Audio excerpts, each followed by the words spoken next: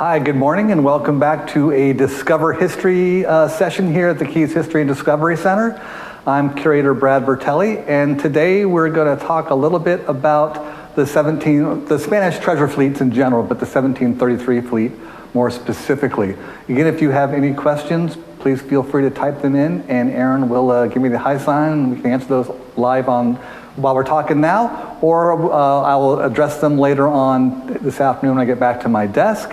Now, you can imagine when the Spanish ships and the European ships in general first began sailing down the Florida Straits and crossing the Florida Straits, the Aboriginal people, back in the 1500s must have really been, awed by these great ships out on the horizon.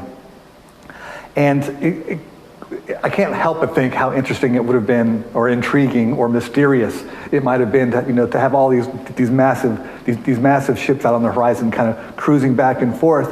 And as the years progressed and the years went on, more and more of these ships would travel. They began to have a set program on how the ships would travel, especially the Spanish fleet, how they would travel from Spain, following down the coast of Africa, crossing the Atlantic, coming through the West Indies and into Central America, above South America and Central America, where they would stop at Veracruz and other ports of entry to load their ships with New World treasures. Of course, on their way from Spain, the purpose of the fleets was twofold. Coming from Spain, they would bring supplies, they would bring reinforcements, and to these Spanish colonies that were being constructed. And on the way home, they were bringing the gold and the leather and the dyes and the silver and all these things that helped to finance the whole program for the King of Spain, and keep this operation going for hundreds and hundreds of years. And the Spanish treasure fleets began in the 1500s, ran up until the early 1800s. And over the course of those hundreds of years, hundreds of ships would have passed, on the way home they would meet at Havana, and from Havana they would reconvene and then move up through the Florida Straits and going home to Spain. And over the course of those hundreds of years and all those ships traveling, many of these ships were lost to the reef or to hurricanes or to just poor seamanship. And what we have here at the Keys History and Discovery Center, we have really focused on the 1733 fleet, because this was pretty much, there were 22 ships in the fleet altogether, and most all of them were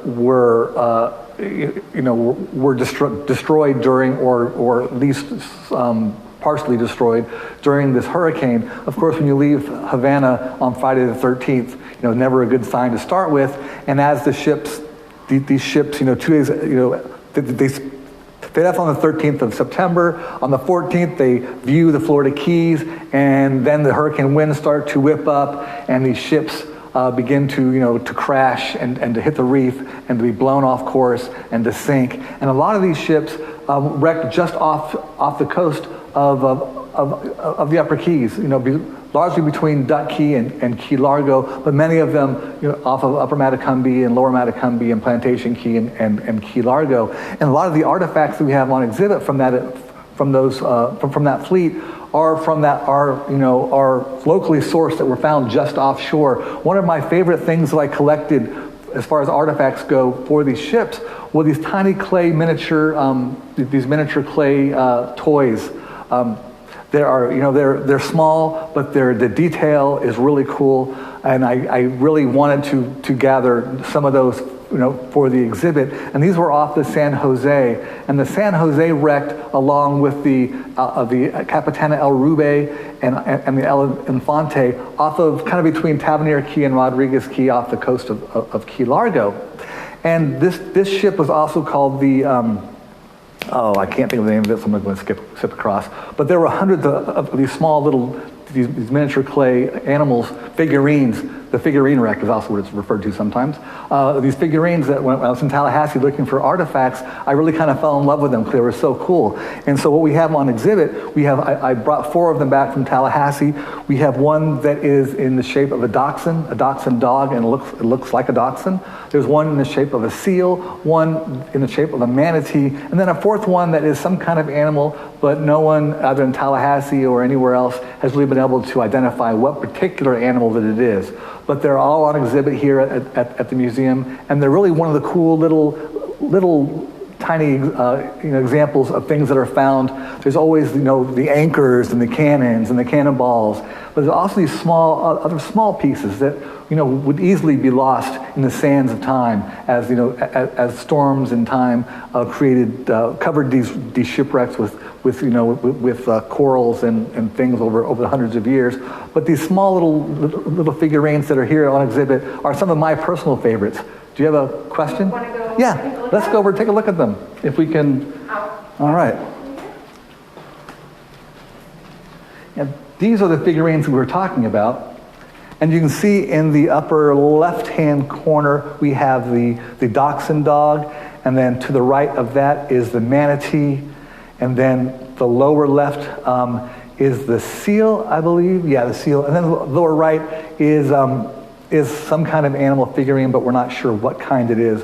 But these were something, I knew they'd be kind of hard to exhibit, but they came out really nice on this backboard. And these are just some little things that, some of the details that, all the gold and the silver and the treasures are what people focus on when we're talking about treasure hunting and people bringing salvage things up. But these smaller things, it really caught my eye. I really was happy to be able to bring them to our community to have them seen.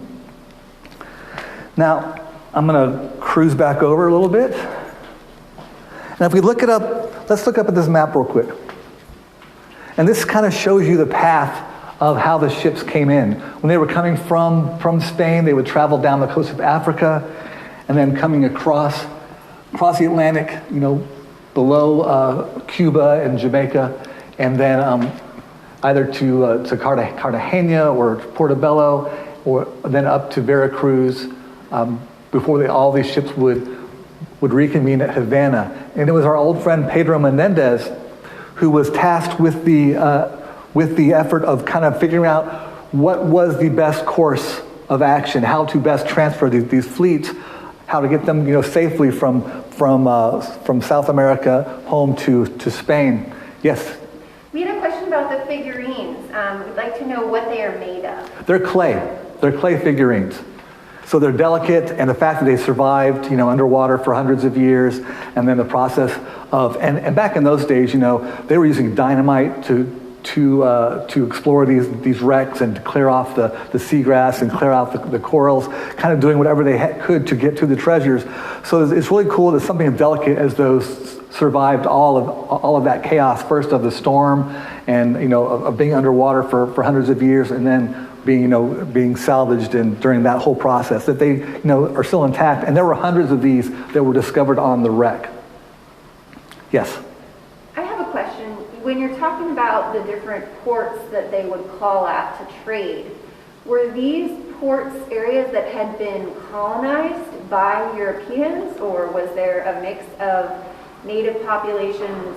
Who were they actually trading with? They weren't trading with anybody. They were taking from, they were the Spanish, Veracruz in Mexico was a large Spanish-held port. Havana, of course, the most important of the Spanish-held ports. And Cartagena and Panama and Portobello, and these were areas that Spain had come and conquered and put the indigenous people to work for them to strip them of the land and the people of because it was now Spanish property, so Spain felt they could and did just take, which is kind of what happens with a lot of European colonization. With we're here, it's ours, now we're taking it, and that's how history goes. So the goods that were coming over on these ships were to support the colonies? Yes, they were to bring fresh food staples, horses, men, and women as well, families to help colonize, to create, a better base of operations from there. Now, so next time you come into the museum, we hope you visit soon, and you can see some of these great details, some of these great artifacts that we have on exhibit.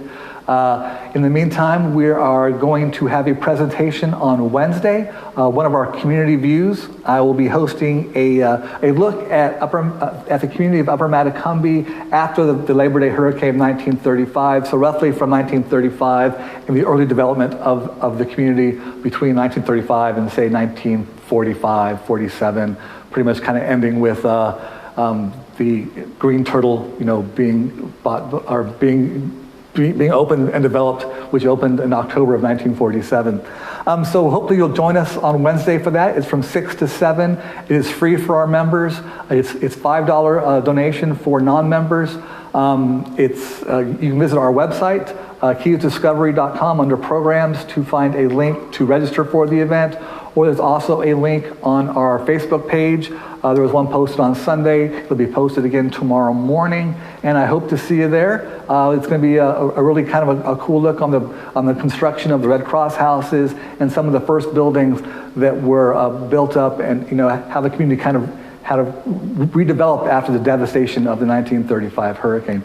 So I hope to see you tomorrow night at 6 o'clock. Looking forward to another exploration of our community. And in the meantime, hope you guys have a good week, and we'll see you Wednesday and then again on next Tuesday. Thank you.